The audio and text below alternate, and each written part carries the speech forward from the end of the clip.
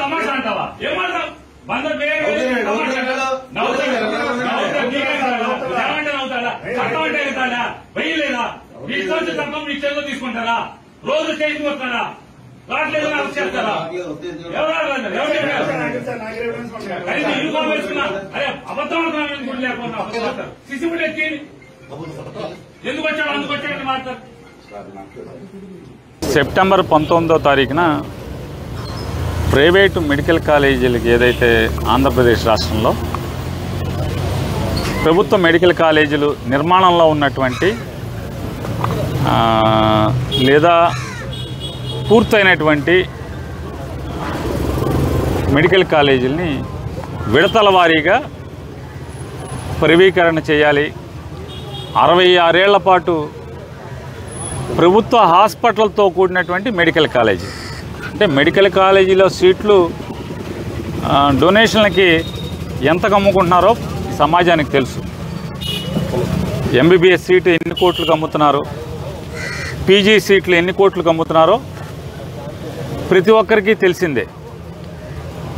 ప్రభుత్వ ఆసుపత్రిని ఆధారం చేసుకుని ఏర్పాటైనటువంటి మెడికల్ కాలేజీని అంటే సీట్లు అమ్ముకుంటాకి అలాగే హాస్పిటల్ను కూడా 60 ఏళ్ల పాటు దారాదత్తం చేసేటువంటి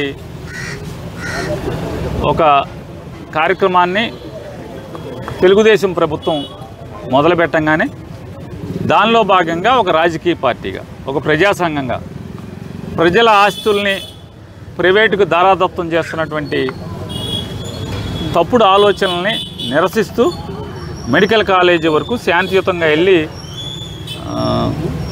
అక్కడ మా నిరసన తెలియజేయాలి. కాలేజీలోకి వెళ్లకుండా కాలేజీ బయటే చెయ్యాలి.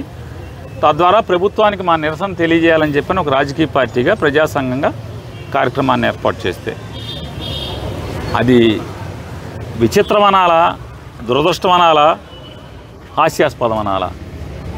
తెలుగుదేశం పార్టీ ప్రభుత్వంలోకి ఎక్కిన దగ్గర నుంచి 365 రోజులు సెక్షన్ 30 పోలీసు చట్టం అమల్లో ఉంటాం. రోజు 144 సెక్షన్, రాష్ట్రం అంతా కూడా 144 సెక్షన్, రోజు సెక్షన్ 30 పోలీస్ యాక్ట్ అమల్లో ఉంటాం. ఇది విచిత్రమా? లేదే ప్రజాస్వామ్యాన్ని అంటే ఇనుపు సంఖ్యలతో లేకపోతే ఈ చట్టాలతో అణిచివేద్దామనే, తద్వారా రాజ్యాధికారాన్ని సుస్థిరం చేసుకోవచ్చు అనేటువంటి తప్పుడు ఆలోచన మరి పాలకులకే తెలియాలి, ప్రజల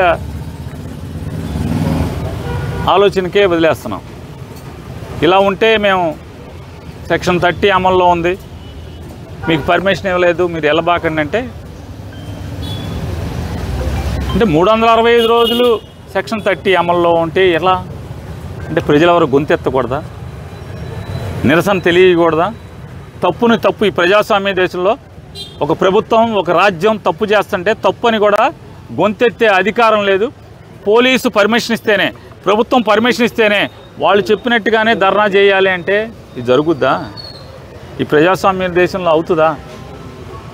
నిరసన తెలియజేశాం, ఇంకా 100 మీటర్ల యువతలే పోలీసులు ఆపారు, ఆగిపోయాం.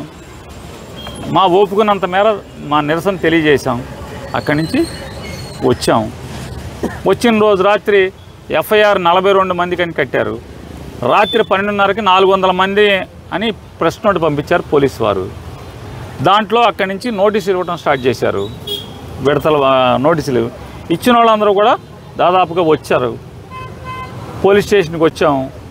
వచ్చి ఎప్పుడో చెప్పాం, కొంతమందికి ఒకే చోట అందరినీ ఫోన్లు చేసి లిస్ట్ ఇస్తే అందరూ అంటే అందరూ వచ్చి నోటీసులు తీసుకున్నారు. ఇంటింటికి ఎక్కడ వెళ్తారా పోలీసులు? ఇదే ఉద్యోగమా? 400 మందికి నోటీసు ఇవ్వడం అంటే పోలీసులకి ఇదే ఉద్యోగం అవుతుంది. ఇక లా అండ్ ఆర్డర్ చుట్టం ఉండదు. మీరు ఎవరో లిస్ట్ ఇవ్వండి, అందరూ వచ్చేసి సంతకాలు పెడతారని చెప్పాం. అంటే సంతకాలు పెడుతున్నాం. దానిలో మా పట్టణాధ్యక్షుడు అయినటువంటి వైఎస్ఆర్ కాంగ్రెస్ పార్టీ మచిలీపట్నం పట్టణాధ్యక్షుడు అయిన సుబ్బన్న నోటీస్ తీసుకుని ఇప్పటికి 4 సార్లు పోలీస్ స్టేషన్కి వచ్చాడు. ఆ కన్సర్న్ సబ్ ఇన్స్పెక్టర్ గారితో చర్చించాడు. ఏమండి ఎప్పుడు రమ్మంటారు, అందరం వస్తామని చెప్పని. ఆయన నేను చెప్తానని చెప్పి చెప్తున్నారు. కానీ ఇంతవరకు వారు చెప్పలేదు. చెప్పకపోగా ఇవాళ సడన్గా మా నోటీసు తీసుకుని కూడా చట్టాన్ని ధిక్కరించి మాకు వచ్చి కంప్లై చేయలేదు కాబట్టి అని చెప్పని పొద్దున్నే నిన్నటి నుంచి కవర్ చేస్తున్నారు. ఒకసారి మాట్లాడాలరా, ఒకసారి పర్సనల్గా మాట్లాడాలరా అని చెప్తున్నారు. కాదండి, మా మేనగోళ్ళ పెళ్ళి ఉంది, మా బావలేడు, తోబుట్టు ఒక్కతే, తండ్రి లేని పిల్ల, పెళ్లి చేయాలి, మేము మేనమావలం ఇంకెవరు లేరని చెప్తున్నారు. అయినా సరే ఈ కేసు స్టేషన్కి సంబంధం లేనటువంటి ఒక సిఐ గారు రా ఒకసారి నీతో పర్సనల్గా మాట్లాడాలంటే, ఏంటి పర్సనల్గా మాట్లాడాలంటే ఏమన్నా మా పిల్లకి ఏమైనా సంబంధం చూస్తున్నాడా, లేకపోతే మా మేనగోళ్ళ పెళ్ళికి ఏమైనా సాయం చేస్తాడా, అసలు ఏంటి ఎందుకు అని వెళ్ళాడు. ఈయన వెళ్తే కూర్చోబెట్టి పై ఆఫీసర్ల దగ్గరికి వెళ్ళి కూర్చొని మాట్లాడుకుంటున్నారు. గంటలు అవుతున్నాయి. ఇంట్లో ఆడవాళ్ళు ఫోన్ చేస్తున్నారు, భార్య పిల్లలు. మా నాన్న పొద్దున్నే సిఐ గారు ఫోన్ చేస్తే వెళ్ళాడు, ఇంతవరకు రావట్లేదు, పెళ్లి పనులు ఏం చేయాలో అర్థం కావట్లేదు అయ్యి అని చెప్పని స్టేషన్కి వచ్చాం. స్టేషన్కి వచ్చి ఏంటండి అంటే, మేము పలానా కేసులో మేము రమ్మంటే రాలేదు, 41 నోటీస్ ఇచ్చాం. ఇదేంటంటే రోజు స్టేషన్కే తిరుగుతున్నాడు కదా, రాపోతాం ఏంటి, మా అందరి తరఫున అతనే ఒకళ్ళ తప్పుచ్చుకుని మీ దగ్గరికి ఎప్పుడు రమ్మంటే అప్పుడు వస్తాం, మీకు ఏం కావాలి వచ్చి చెప్తారు కదా, ఎందుకు మీకు 400 మందితో స్టేట్మెంట్లు ఎప్పుడు రికార్డ్ చేసుకోవాలి, ఎప్పుడు అవుతాయి అన్న ఎందుకండి అని చెప్తున్నాం. విడివిడిగా బెదిరిస్తున్నారు కొంతమంది, నోటీస్ ఇస్తాకెళ్ళి బెదిరిస్తున్నారు, జాగ్రత్త ఇంకోసారి రోడ్డు ఎక్కితే మిమ్మల్ని అది చేస్తాం అని చెప్పని. కాబట్టి అందరం కలిసి ఒకసారి వస్తాం. ఇందులో ఆడపిల్లలు ఉన్నారు, చాలామంది మహిళా కార్పొరేటర్లు ఉన్నారు, మహిళలు ఉన్నారు, వీళ్ళందరిని కూడా కేసులో ఇరికిచ్చారు, కేసు పెట్టి రమ్మంటున్నారు స్టేషన్కి అని చెప్పని ఉద్దేశంతో మేము అందరం ఒకసారి వస్తామండి అని కూడా చెప్పాం. కానీ అది చెప్పకపోగా ఇవాళ సడన్గా మా నోటీసుని ధిక్కరించాడు కాబట్టి మేము అరెస్ట్ చేస్తామని చెప్పని తీసుకున్నారు. మేము వచ్చి అడుగుతుంటే పోలీసు మీద గట్టిగా మాట్లాడతారా అంటే వాళ్ళు ఏమైనా మాట్లాడచ్చు, వాళ్ళు మమ్మల్ని బెదిరించవచ్చు, చట్టాన్ని ఇష్టం వచ్చినట్టుగా మలుచుకోవచ్చు. స్టేషన్కి వస్తే అంటే పోలీసు కదా, మేము కొల్లు రవీంద్రకి అనుకూలంగా పనిచేస్తే అతను కాసుకుంటాడు, మమ్మల్ని ఎవరేం చేయలేరు అనేటువంటి అహంభావం ఉండొచ్చు. కానీ చట్టాలు కోర్టులు ఉన్నాయని చెప్పినా కూడా అంటే వాళ్ళు గట్టిగా మాట్లాడితే మేము తిరిగి గట్టిగా సమాధానం చెప్పకూడదంట.